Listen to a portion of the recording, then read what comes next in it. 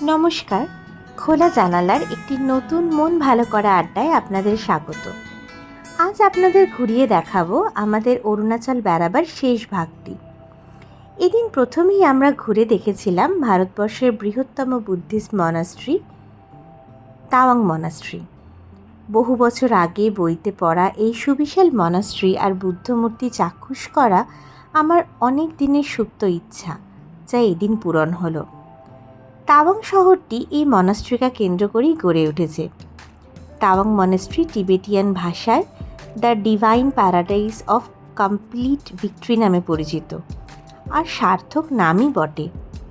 3 তলা উঁচু এই মনাস্ট্রি অপূর্ব সুন্দর তাওয়াংচু ভ্যালির দৃশ্য দিয়ে ঘেরা। মনাস্ট্রির দেওয়াল অপূর্ব সুন্দর রঙিন।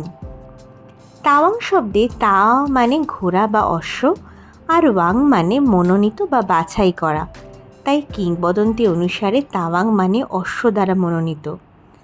তাওয়াং শহরটি ঐতিহাসিকভাবে বা রাজনৈতিকভাবেও খুব গুরুত্বপূর্ণ। এই শহরই ষষ্ঠ দলাই লামার জন্মস্থান। ইন্দো চায়না যুদ্ধের সাক্ষীও এই শহর। এই অপূর্ব সুন্দর শহর, এর প্রকৃতি, মনাস্ট্রির বুদ্ধমূর্তি, বহু রাষ্ট্রপ্রধান, যুদ্ধ, সেনা, শান্তি চুক্তি সব কিছুরই সাক্ষী। এই শহরে ইন্দো চায়নার ওয়ার মেমোরিয়ালের সন্ধ্যাবেলা লাইট অ্যান্ড সাউন্ড শো তো অবশ্যই দেখার মতো। এর পর দিন তাওয়াং থেকে আরও উপরে প্রায় 16,000 ফিট উচ্চতায় বুমলা পাস ছিল আমাদের গন্তব্য। যাওয়ার রাস্তায় অসংখ্য অপূর্ব লেক আর নাম না জানা গাছহীন পাহাড় ছিল চারিধারে। পুরো অরুণাচলে যদি কোথাও সবুজের সমারোহ আমাদের চোখে একটু কম পড়ে থাকে, তা হলো এই রাস্তা। এই রাস্তাটি যথেষ্টই আঁকাবাঁকা, খাড়াই এবং জার্নিটি একটু কষ্টকরই ছিল, কিন্তু রাস্তার পাশের এই প্রকৃতি যাত্রার সব কষ্টই ভুলিয়ে দেয়। নাম না জানা অসংখ্য লেকের পাশ দিয়ে যাওয়ার সময় যাত্রার কষ্টটি কিন্তু আর মনে থাকে না।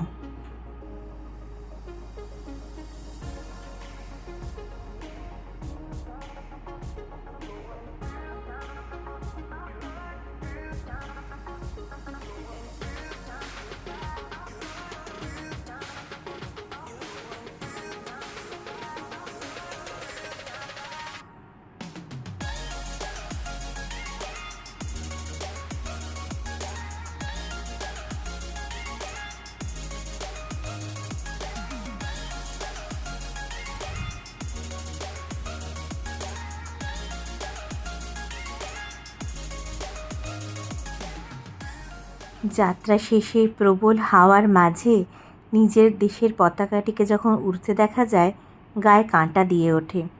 ছবি তোলা এতদূর পর্যন্তই অ্যালাউ ছিল।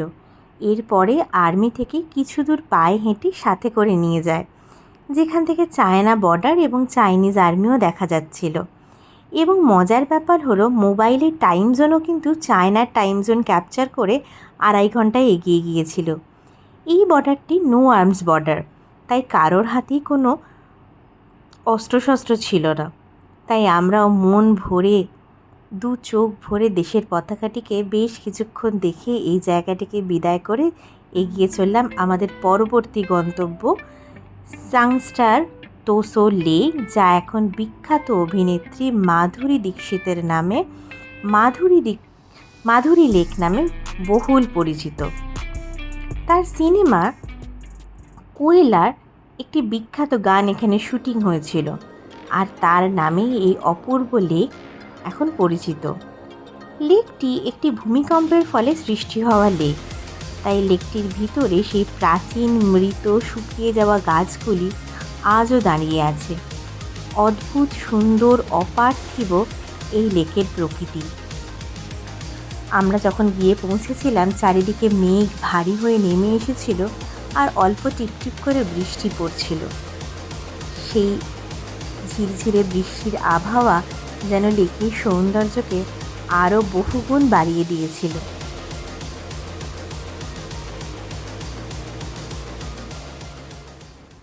এর পরদিন তাওয়াং শহরকে বিদায় জানিয়ে তাওয়াংচু নদীর পাশ দিয়ে আমরা পৌঁছলাম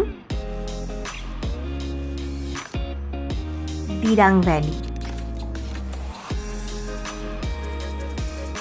আর রাস্তায় অবশ্যই বেরোলাম সেলা টানেল।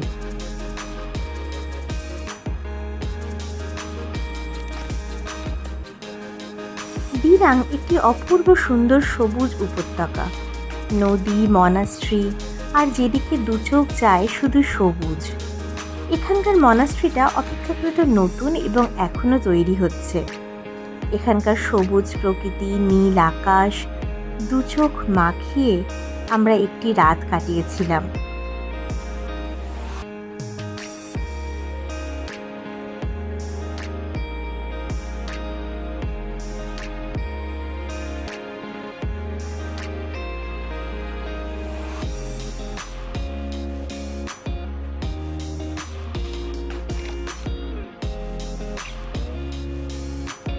শেষ বিকেলের আলোয় দিরাং ভ্যালিটি আরোই সুন্দর লাগছিল। অরুণাচলে আমাদের শেষ দিন ছিল সাংতি নদীর নিরিবিলি উপত্যকায়, যেখানে নদীর বয়ে চলার আওয়াজ ছাড়া আর কিছুই শোনা যায় না, ইন্টারনেটও কাজ করে না। সবুজ উপত্যকায় নদীর বয়ে চলা স্বচ্ছ জল, ঝকঝকে নীল আকাশ, ছুটির শেষ দিনটা যেন আরও মন ভালো করে দেয়। এই মন ভালো রেশ রেখে আমার ছুটি শেষই হয়ে এলো।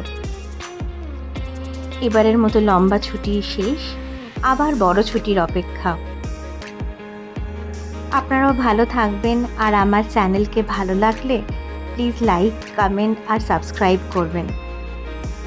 আজ আসি তাহলে, নমস্কার। পরে আবার লম্বা বড় ছুটি থাকলে বেরিয়ে পড়ব বাক্স প্যাটরা গুছিয়ে আপনাদের সাথে করে।